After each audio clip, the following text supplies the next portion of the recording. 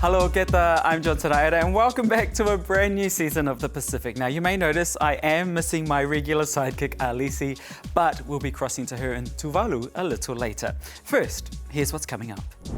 A traditional role in the spotlight as female Kava servers speak out about harassment and abuse in Tongan Kava clubs. I chat to the makers of a new documentary, Pig Feast, as they shine a light on what they say is the world's biggest deforestation project in West Papua, and the Melbourne Storm Waka program helping our Pasifika kids.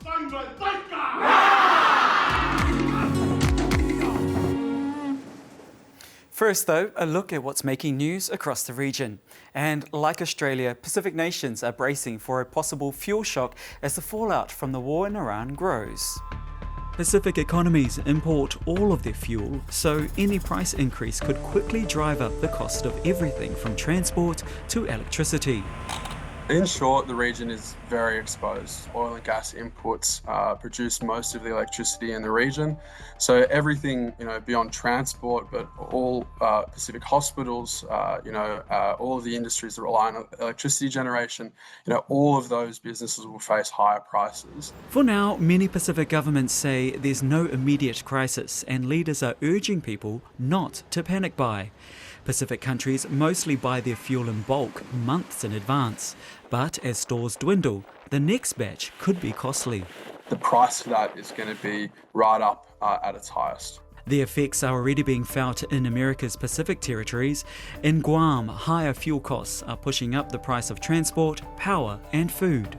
We're all pretty much powerless in this situation. Everyone who's just trying to just buy eggs, not worry about rent, and people are struggling. While many Pacific nations face higher costs, Papua New Guinea could see a windfall.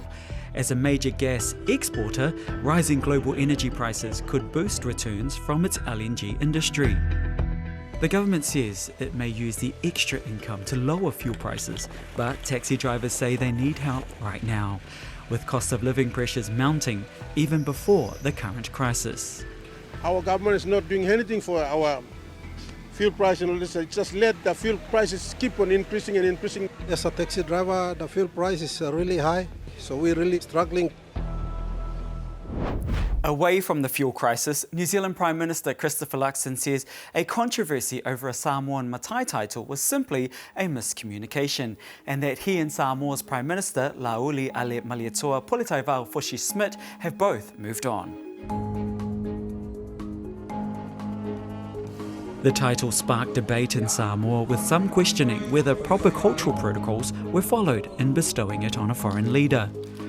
Mr. Luxon received the title during an official visit to Apia, calling it a great honour and saying the two countries are now connected forever. I think the honour itself represents the very special bond between our two great countries. Afterwards, Mr. Luxon and Samoa's Prime Minister even shared this playful dance. The visit also focused on regional security, with the two countries signing agreements on police and customs cooperation. And Solomon Islands is facing fresh political turmoil, with Prime Minister Jeremiah Manele refusing to recall Parliament amid a growing power struggle.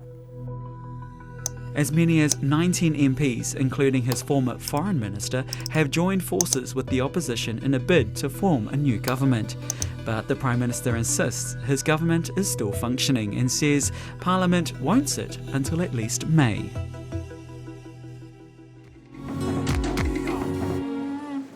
Now to Papua New Guinea, where earlier this year a deadly shootout in Port Moresby's 2-mile settlement triggered a crackdown. Police moved in with bulldozers, demolishing homes. The government says the operation was part of a long-term strategy to improve security and modernise the capital. But thousands have been left homeless, and the response has raised serious concerns. Belinda Kora reports. But I'm not choice for people who live in settlement. It's a responsibility of government. It's really quite a lot. Because we don't have all family, so the people start scared.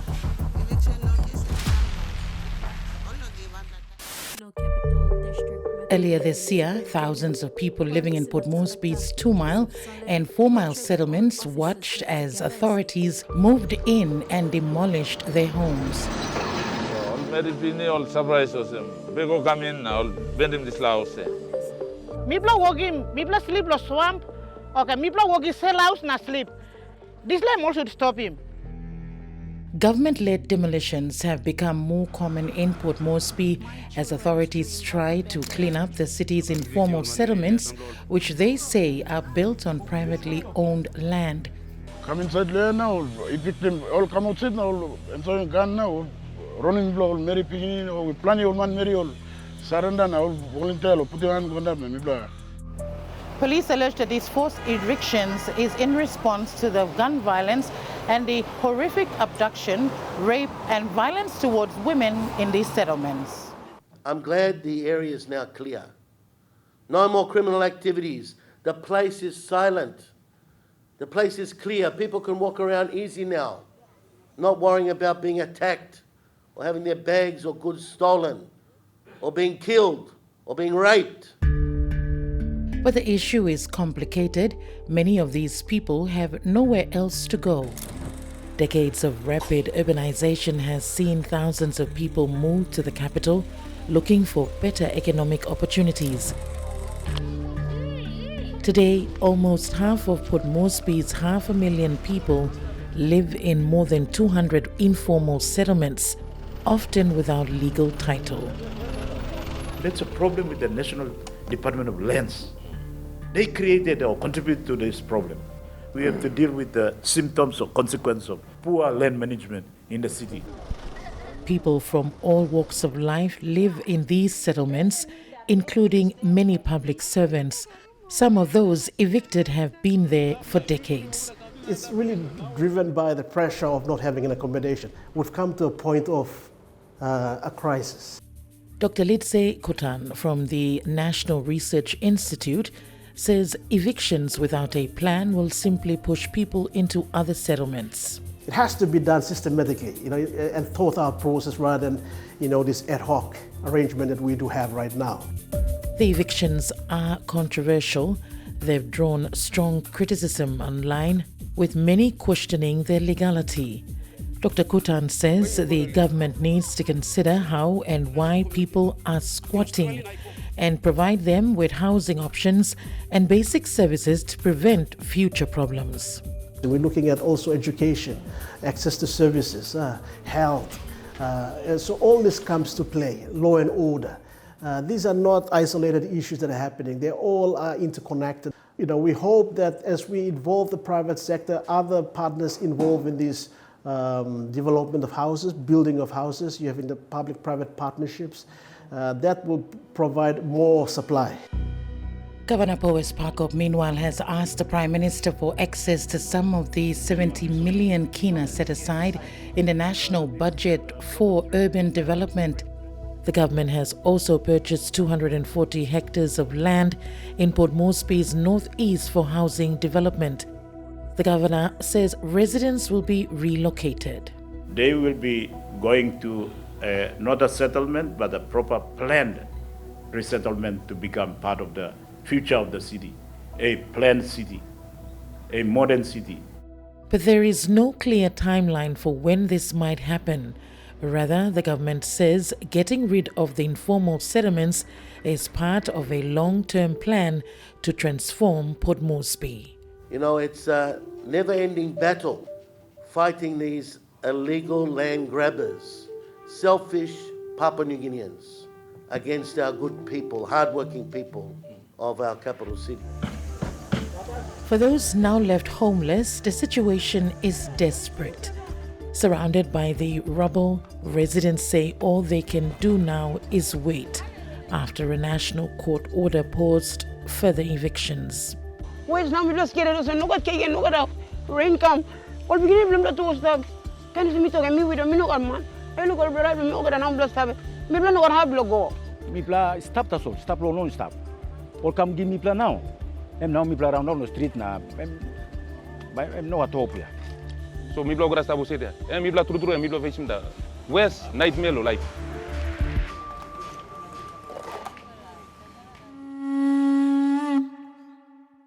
Now, if you're familiar with our show, you may be wondering, where's Alice? So let's bring her in now, all the way from Tuvalu. Now, talofa, Alice, you're working on a special project in Tuvalu. What can you tell us? Talofa Johns, great to reconnect with you from Tuvalu. I'm currently here with ABC journalist Jordan Fennell, and we're working together on a documentary that she's directing for our show on the Whalepili Union between Australia and Tuvalu. The visa scheme, it's currently in its first year, and we're connecting with some of the people who are going to be coming to Australia on this scheme, taking a closer look at their lives, their livelihoods, the people they're going to be leaving behind, their stories. And when they do depart Funafuti, they're going to be leaving on this airstrip right behind me. So it's been great to meet the people here, very generous, very loving, very creative people. So yes, very much enjoying our time here, Johns. Now, I can see that you're melting there in the sun, but importantly, before you go, please talk to us about the story you've been working on Tongan Kava clubs. It's a story I've been working on with our ABC Tonga reporter Marianne Kupu and Pacific Beat journalist Finau Fonua, taking a closer look at Tongan's social staple, right, Kava clubs. And one of the main staples in these clubs is the Tou'a, the person who serves the Kava. But as Tongans migrate and Kava groups are, spreading across the diasporas overseas, more and more of these Tou'as are finding themselves in dangerous predicaments. And many Tou'as say the environment is becoming a lot less safe. So reports of sexual harassment and abuse are now coming to light. And a warning, before you view the story discusses sexual harassment and assault.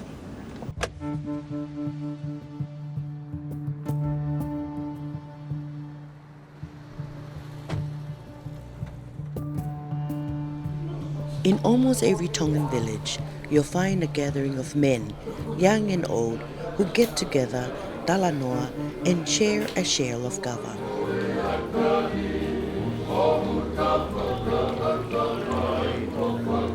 And the center of this gathering, you'll see the Tou'a, a server of kava. Koe Tou'a, o ngofua ke tangata, mo fefine.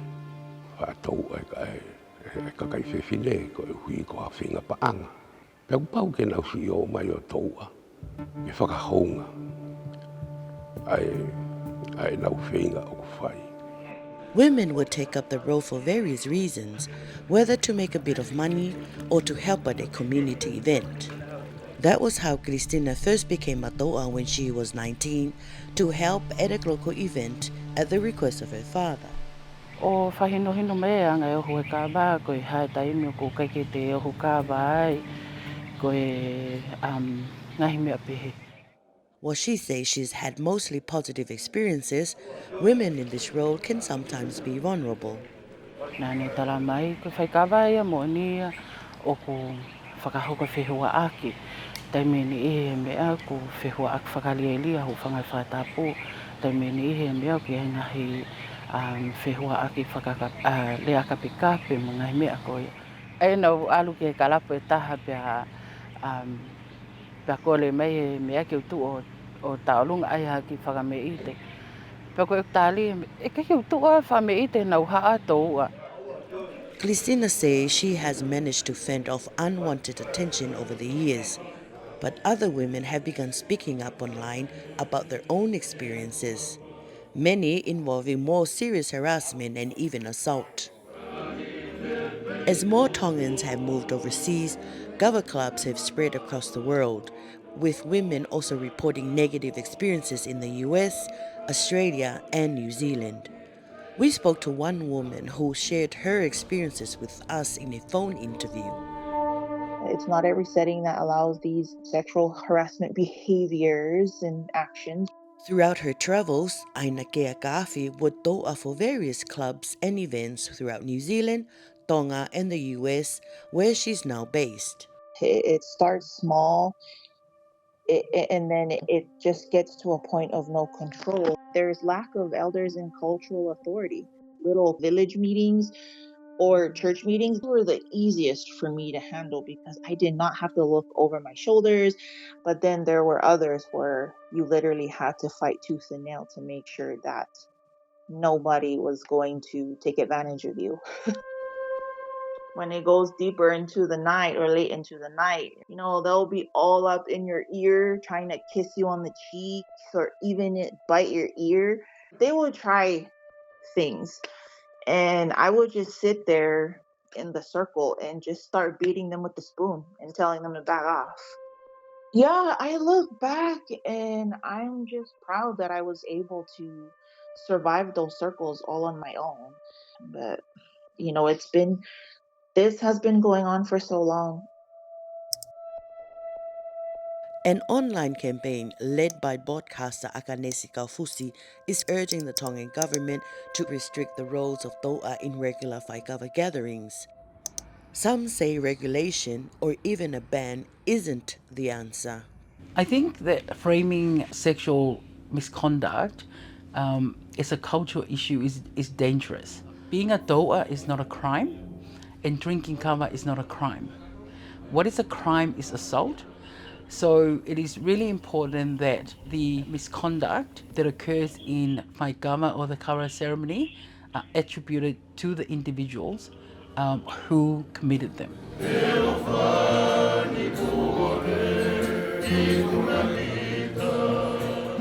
Dr. Edmund Fehoko has done extensive research on Whaikava gatherings and argues they also do a lot of good. It's a space where young people can stay away from alcohol consumption, drug use and abuse, mental health issues. We've seen a lot of young people come in and open up their emotions and feelings, particularly our young men, in a way that they can't do anywhere else. As for any talk on the ban, Pahulu, a matapule or talking chief responsible for teaching traditional kava ceremonies, believes separating the kava ceremony and the Tou'a isn't possible. Ko mea ai tui. Pehega te tautua liliu e tautua lui ai Tou'a.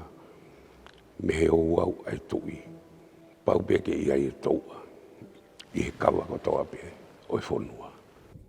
Others say the discussion is an opportunity to bring the issue to the public's attention and change the behaviors of men.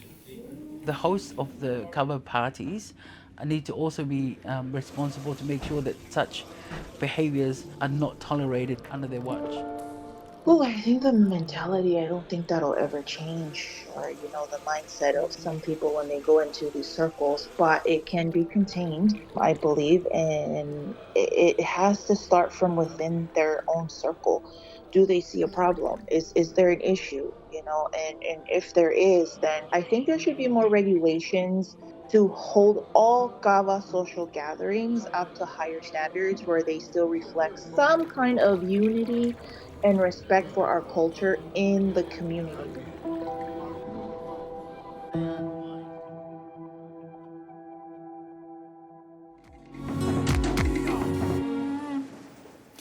Pesta Babi, or Pig Feast, is a new documentary about the devastating impacts of deforestation in West Papua. The film's creators allege the Indonesian government's food security and energy transition strategy is a mask for economic gain and coming at the expense of Indigenous communities while destroying millions of hectares of forest. I sat down with director Dandi Loksono and renowned West Papuan journalist Victor Mambor to talk about a film that's put their lives at risk. Kami masyarakat setempat kami tidak tahu. Kami kaget pagi-pagi kapal sudah ada di pelabuhan kami. Ini hak kami di sini, hak dusun kami, Marga Kuipalo. I'm already facing a lot of intimidation, harassment. Of course, I'm worried. Worrying is part of the survival and afraid as well. Some of my friends since said that the risk will increase because it's very sensitive, but at the same time I think it's time to say loud and clear that Indonesia government or Indonesia is really occupy West Papua just for natural resource, and this is a very primitive colonialism and using military as well.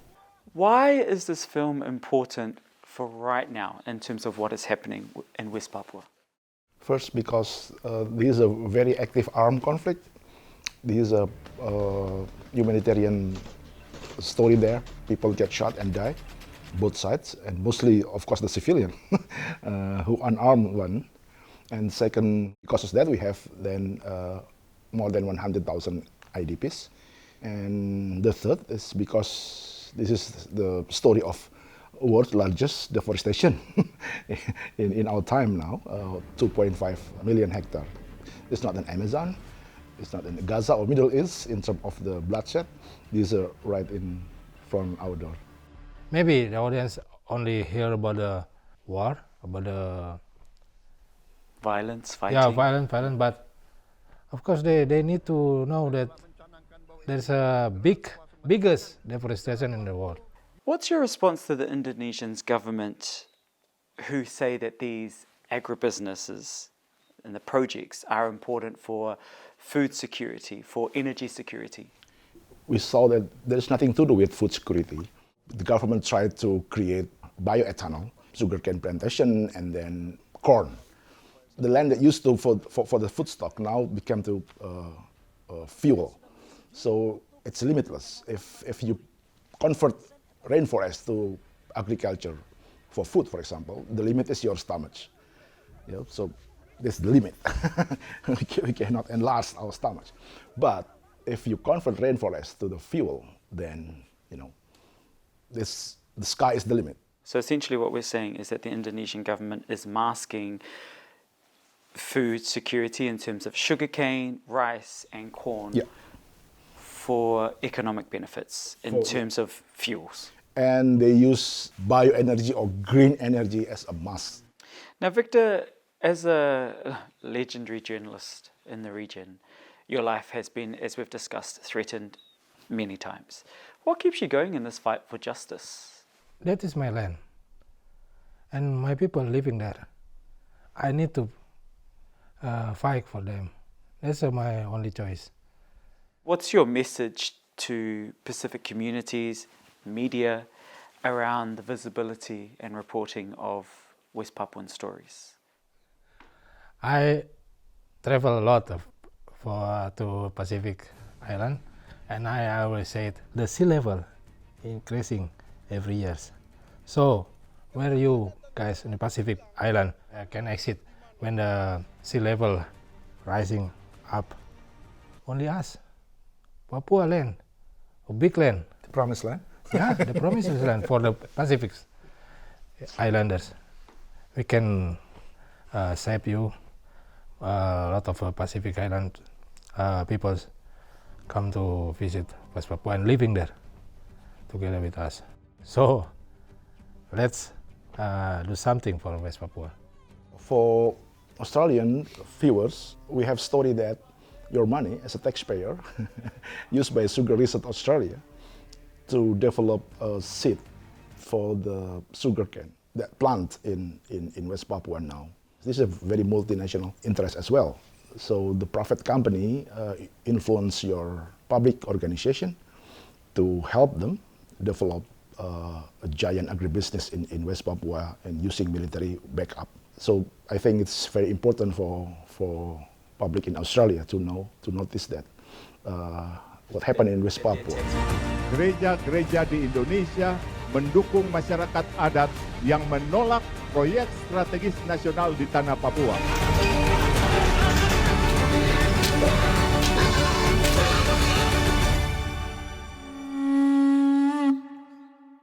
And a huge thank you to ABC Indonesia's Helena Suisa for helping organise that interview.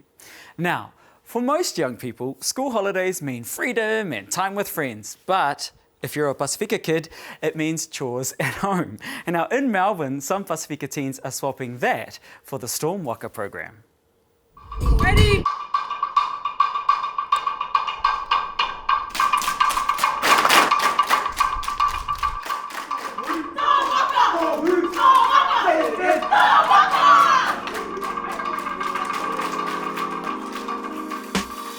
They come sort of thinking they're going to learn more about rugby league and more about Melbourne Storm, but it's kind of a bit of a twist to it. So to be honest, I didn't even know I was coming. My mom just signed me up. I said yes because it was a new opportunity. At first, there was a lot of tension in the room and everybody was shy. But as the day went on, we started to get to know each other and everyone just started bonding, making friendships. We are the spirit of Kiribati. in Kiribati, a lot of the things that we do is community driven. So we were able to kind of give the kids here a little bit of a glimpse of that. Our head movements and how that reflects the frigate bird back in our islands, which is the famous bird that you also see on the flag of Kiribati. I thought it was going to be a lot of training. Like, I was nervous. I thought I was going to get smashed.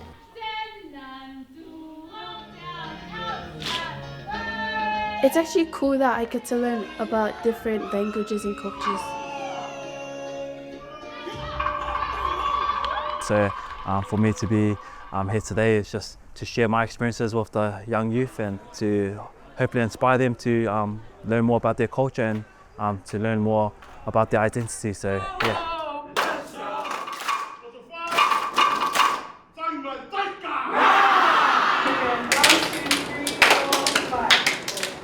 I guess I hope through teaching them the dances, they're strengthening their identity as well through culture. It just means a lot to be able to come here, connect with the youth and give back to our community. And it's fun for us because we're doing something that we're passionate about.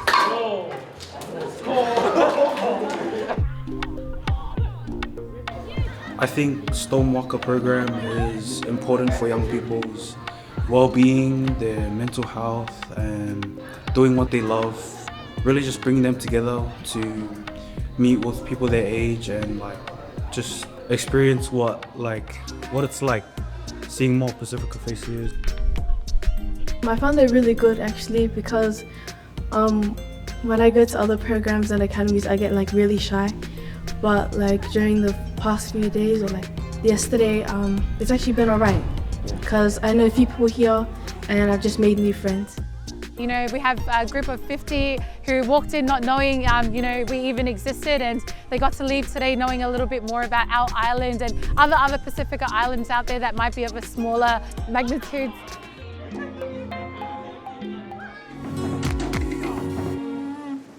Wow, I'm jealous. Those kids look like they've had so much fun. I wish we had something like that back in our day. Now, that's our show for this week. Thank you so much for joining us. You can catch up on our stories on ABC News YouTube channels. And for more news from across the region, check out ABC Pacific's social platforms. Mo mea.